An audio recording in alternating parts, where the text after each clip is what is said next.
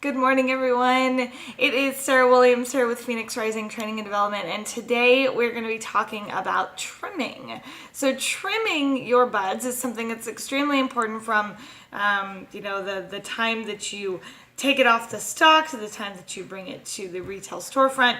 There's a process, right? A process in which you remove those sugar leaves and then do something with them and then package your product or dry your product depending on how you do it. So there's two different types of trimmers.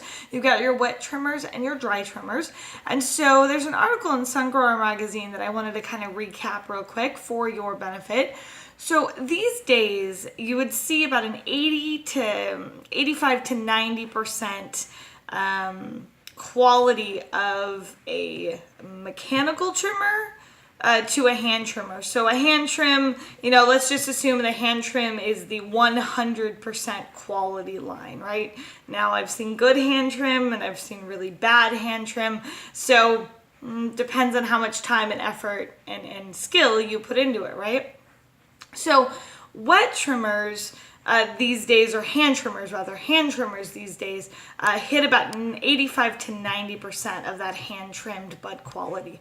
So it's a question of cost versus quality, right? So let's kind of recap them real quick. So a wet trimmer versus a dry trimmer. A wet trimmer is is good because it keeps the moisture content, so you keep the structure of the bud. Without kind of breaking down the context of it, right? How a wet trimmer works is it creates a vacuum. It creates kind of a soft downdraft that'll coax those leaves onto a grate. The grate then cuts them and then, tosses whatever leftover material down and leaves the trimmed bud on top of the grate. All machines, though, cause a bit of THC loss. So that's definitely a difference between a hand trim and a machine trim, is that you're really looking at a situation where you've got a little bit of loss, but most say it's about a fraction of a percentage. It's really not a tremendous THC loss. It's about a fraction of a percentage on that. So your other option is dry trimmers. So dry trim buds are dried to about 8 to 10% moisture. They have then the stems removed and they lightly tumble the buds so that the sugar leaves then just fall off, right? Then they have a funnel of air that'll current out those sugar leaves for that. So the benefit to a dry trimmer is it's got much lower moisture. So you're going to reduce microbials, any possible contamination there. And wet trimmers can, of course, create more mold situations because naturally you're more moist, right? Right. So the other benefit to kind of a dry trimmer over a wet trimmer is that a dry trimmer, your leftover material could be bagged as shake. It could be sold to other producers to be used in oils, butters, concentrates, whatnot. Wax. It can also be used in pre-rolls, or you can make keef out of it or press rose it. Like, you can do many, many things with dry trim. Wet trim, on the other hand, the only thing you can really do with wet trim is you can produce concentrates and wax, oil and wax. That's pretty much it. So you really don't have a lot of options with your leftover wet trim if you choose to use a wet trimmer for that. Let's see if there's anything else that I missed here in my nifty notes. Oh my gosh, I have a whole other page of notes that I wanted to share with you all.